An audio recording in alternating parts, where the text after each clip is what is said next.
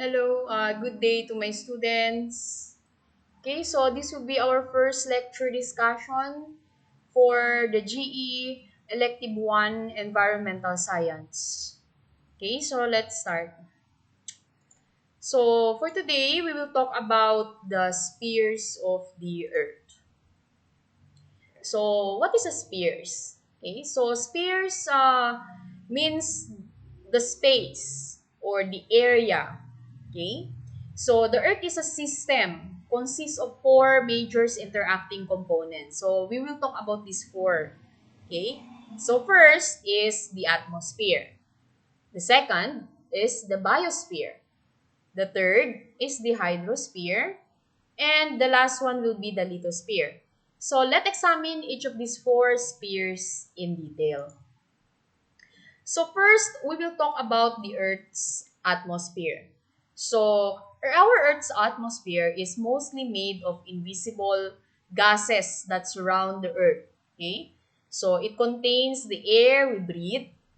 The composition of our atmosphere is 71% nitrogen. Are you surprised? Do you think that is all oxygen? No. It is nitrogen, majority of this. Only 23% is oxygen, and the others, like hydrogen and other elemental gases, is 1%. Okay? So this traps heat energy from the sun. So the greenhouse effect keeps the planet warm. Okay, so why? Because of the unnecessary gases like the carbon dioxide and methane. Okay, so we will talk about greenhouse gas effect or greenhouse effect later as we go through our discussion. So these are some important roles of the atmosphere. So first, it contains the gases that living things need for survival. Like for example, carbon dioxide for photosynthesis, and oxygen for aerobic respiration. The second one is it transfers heat. The third one, the ozone in the stratosphere protects living things from excess ultraviolet radiation. Okay? So there is an ultraviolet radiation because of our sun, but it is safe for us because we are protected by our ozone layer. Okay? So the atmosphere, of course, we have already talked about what is the gas composition. Now we will talk about what are the layers of the atmosphere. There are many layers, no? So the Earth is surrounded by a blanket of air, which we call the atmosphere. So the atmosphere consists of four unique layers. Okay? The first one is the troposphere. Okay? And then we have the stratosphere, which is our ozone layer is located. And then we have the mesosphere. Okay, so this is the mesosphere. So you can see here an example of image no in the right. Okay, and then the last one is the thermosphere. So this is the last layer, no. So this is an example. No? Just imagine how small this rocket is. So compared to the how wide no the thermosphere. So this is the last layer, and then when it go up, then it will be the outer space already. Okay, so the atmosphere reaches over 560 kilometers. That is 348 miles. So, up from the surface of the earth. So, ganyan ka layo, no? Okay. So, how do human actions affects the atmosphere? Okay, so let's start with the negative. Okay, the first one are the aerosols. Okay, so the aerosols, you can find this class on the refrigerants. Okay, so what are the refrigerant? Refrigerator ba yan? Ma'am, hindi lang actually refrigerator. All of the appliances that can cool, no, like the AC, the air cons, no, and the refrigerator, the freezers, no. Okay, so or the ice, yung mga plants, no, ice plants, okay, they are using aerosols also, no, to maintain the coldness inside the establishment, so their ice cannot be melt, okay. So this aerosol, no, this compound, no, deplete the ozone layer because our ozone layer chemically component is O3. It means three atoms of oxygen. Okay, so the aerosol, this component usually react with the free oxygen, no, the third oxygen of the three oxygen component of the ozone layer. So it makes, when there's only two oxygen, it is only oxygen gas. It is not the ozone. Okay. So we have driving cars. Okay. So because of the industrialization that we are going through, the human existence, so we add excess greenhouse gases to the atmosphere. So remember, as I've said, greenhouse gases are methanes, carbon monoxide, carbon dioxide, no? So these are the gases, okay?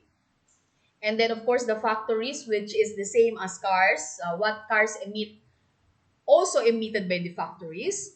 And then we have burning tires or garbage. Okay, so we might um, we might practicing this in our home when we burn our leaves. No, this actually add harmful gases to the atmosphere. Okay, and then we have the positive ones. Of course, it's not always negative. So we have, of course, throughout the years, because we realize no how important no to decrease the amount no of greenhouse gas emissions. So we develop no the scientists no develop the engineers develop a hybrid vehicles. An example of that is an electronic cars no that do not emit any gases. And then another is not fully relying on the on the electricity, no company electricity. So we are using alternative power like the wind or solar. Of course, solar panels. There are many neighborhood already in our place that is using that. So this is same as hybrid vehicles. So another is planting trees, no? I know that before you graduated, I think before this pandemic, you have already joined many programs that are involving planting trees, okay? Because that is important, okay? So it absorbs the carbon dioxide from the atmosphere and it also adds the oxygen. Okay. So next, after the atmosphere, we will talk about the Earth's biosphere. So bio means life and sphere means space. Okay. So this is of course when we talk about living things or living or life, this sphere or this space is made up of living things and their habitats. And we are included in that because we are living things. We humans are living things. So this sphere or the biosphere must have okay oxygen, carbon dioxide for the plants. Okay, so liquid water, of course, as we need water.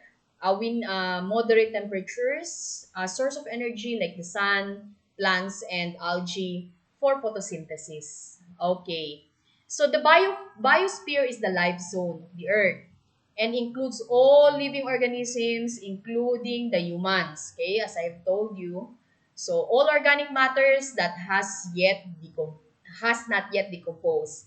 So the biosphere is structured into a hierarchy known as the food chain. All life is dependent on the first tier, mainly the primary producers that are capable of photosynthesis. So the primary producers, if you can still recall your biology lecturer, the primary producers class are the plants, no, that are capable of photosynthesis or the trees, no, that we eat. So these organisms do not need to prey on other organisms or do not need to kill other organisms to live. Okay, they can make their own food, no. So energy and mass is transferred from one level of the food chain to the next. Okay? So what is the Earth's O, tapos na tayo sa biosphere. Now we will talk about what is hydrosphere. Okay, hydro means water. So part of the earth that is liquid water. Okay, obvious na masyado sa pangalan. So always moving through all spheres. No, the water is always moving through all spheres. And then remember that the earth's surface is 71% water, no, majority. And this is composed not only of the ocean and seas, but it has lakes, it has rivers, it has marshes, rain, underground water, droplets in clouds. Okay. So some important roles of hydrosphere. It moderates the climate, no? Without the 71% water, no, in this earth, sobrang init ng ating mundo, okay? Second, it transfers heat, no? Because this is how the water moderates the temperature. It transfers heat. Okay, so another is the organism needs water to transport nutrients and waste. Okay, so actually our body, no, itself is made up of 70% water. It's actually similar to the earth. Okay, so the hydrosphere contains all the water found on our planet. Okay, so water found in the surface of our planet, surface ha, so surface ng planet, is included the ocean as well as the water from lakes, rivers, stream, and creeks. Okay? So ngayon, we have already talked about what is in the surface. Now, we will talk about what is under the surface of our planet. Okay? So, the water that is trapped under under our planet is called the water trapped on the soil and the groundwater. Okay? So, not only, no, we have not, wala, hindi lang sa kwan, it's not, yung water hindi lang sa dagat or under the soil, meron pa tayong water found in the atmosphere. Just imagine na, atmosphere ma'am, air kaya yan, paano magkaroon ng water dyan? In the form class of water vapor. Okay, so meron pa ring water. And then, frozen water on our planet includes ice caps and glaciers. Okay? So only about 3% of the water on Earth is fresh water. Okay? So, and about 70% of the fresh water is frozen in the form of glacial ice. Ibig sabihin na sa Antarctica yan lahat or sa North and South Pole lahat yung naka-freeze doon. So just imagine ha, out of all the waters in the earth, 3% lang ang pwedeng mainom or 3% only are fresh water. So that's the reason why you need to save water for drinking. Do not be wasteful. Okay? So we finished in the hydrosphere. Now we will move on to the Earth's lithosphere. So what is a lithos? Lithos means earth. Okay, so mostly solid, rocky part of the earth.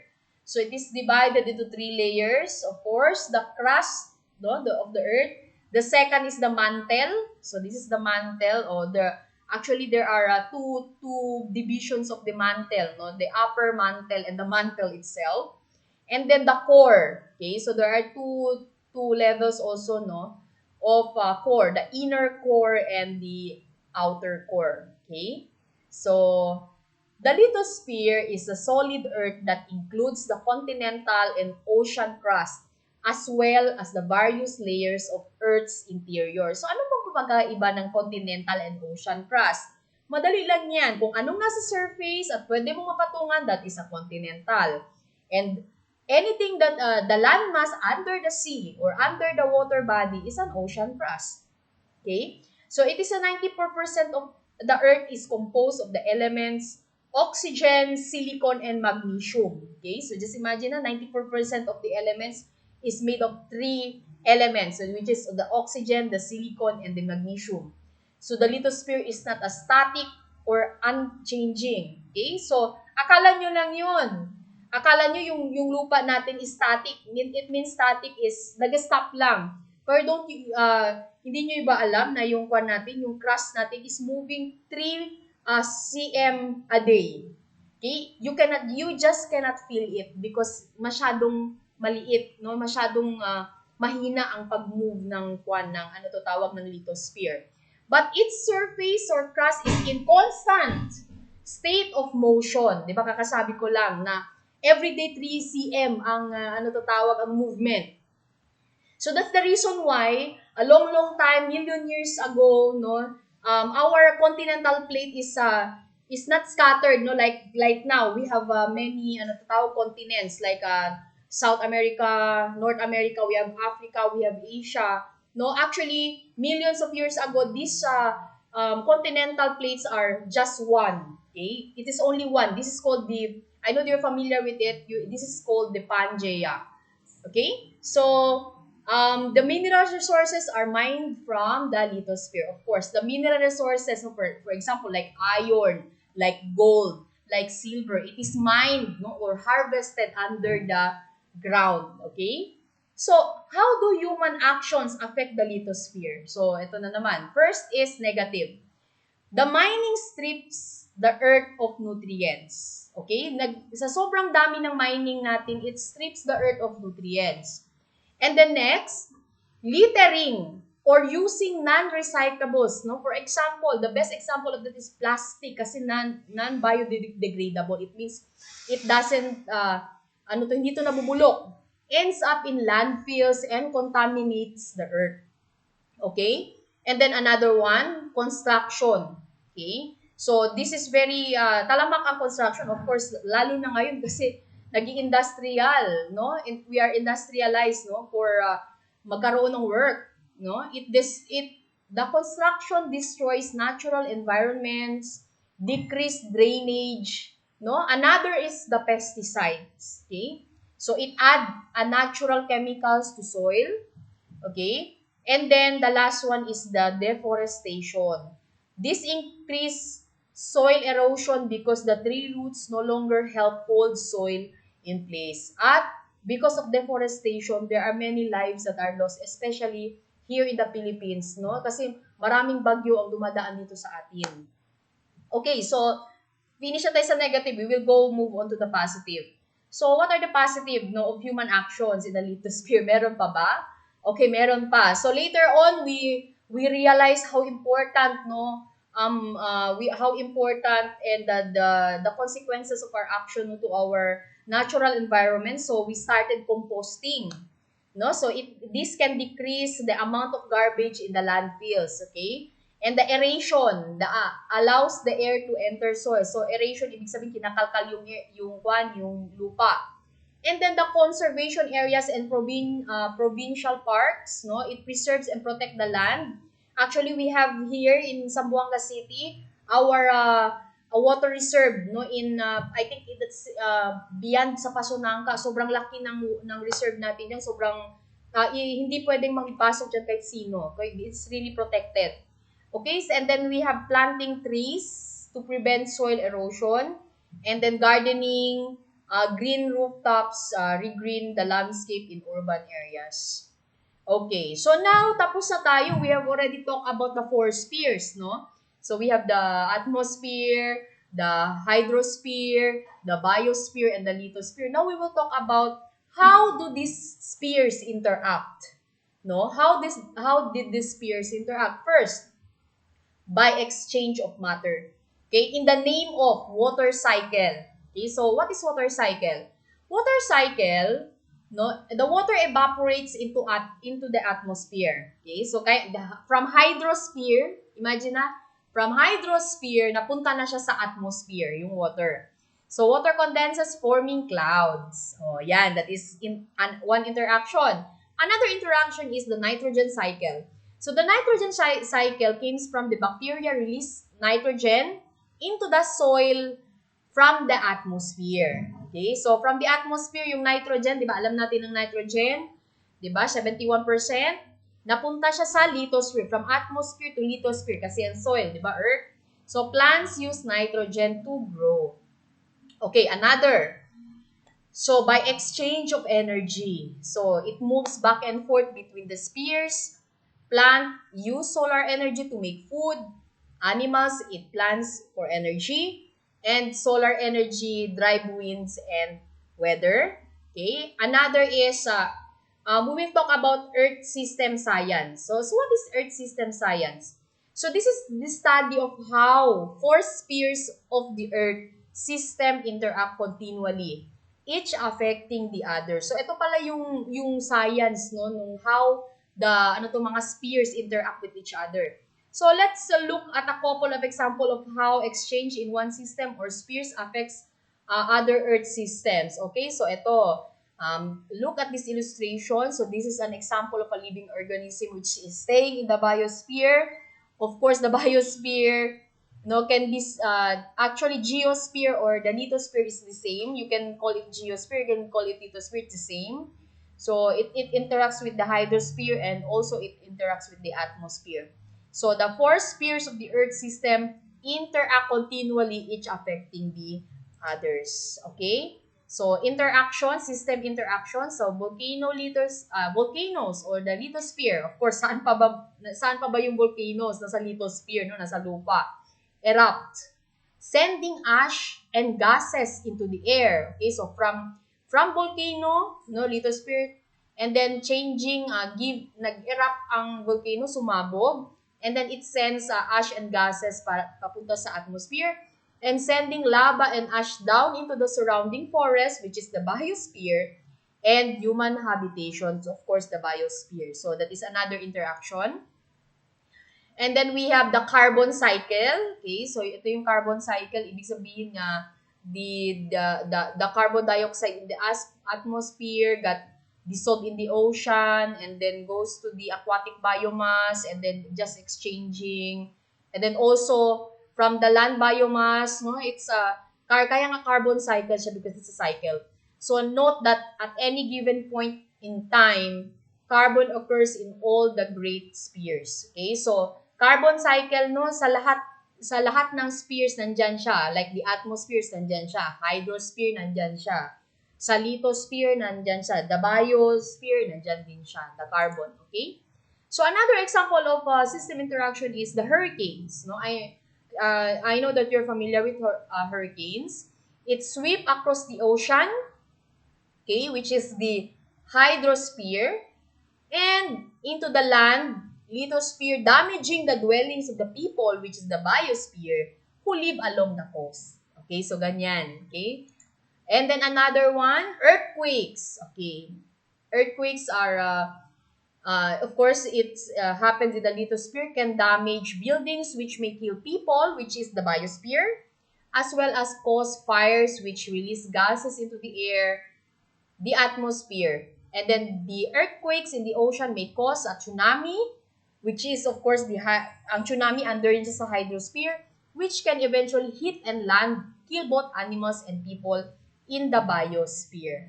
Okay, so nakikita nyo ba yung interaction, no?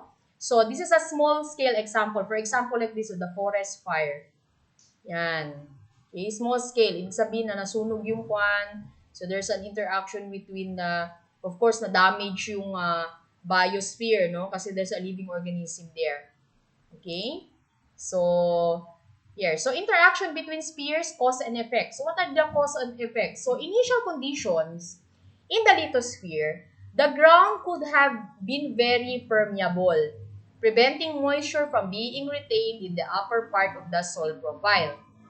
Okay? Next is the hydrosphere. The area could have been prone to fire due to lack of precipitation. Okay? So, nakikita nyo ba? So, another is the atmosphere. The fire could have started due to a lightning strike. Okay? And then, in the biosphere, the dead wood, leaves, and needles may have enhanced the ability of the fire to start and spread. Okay, so ganyan ang kwan. That is example yan dito kasi sa forest fire. Okay, nakikita niyo yung interaction ng apat na sphere, no, before mag-start ang forest fire. Okay? So that will be the end of the lesson 1, which are the spheres of the earth. Okay, so thank you for listening. Okay, so that will be the end of the lesson. Thank you.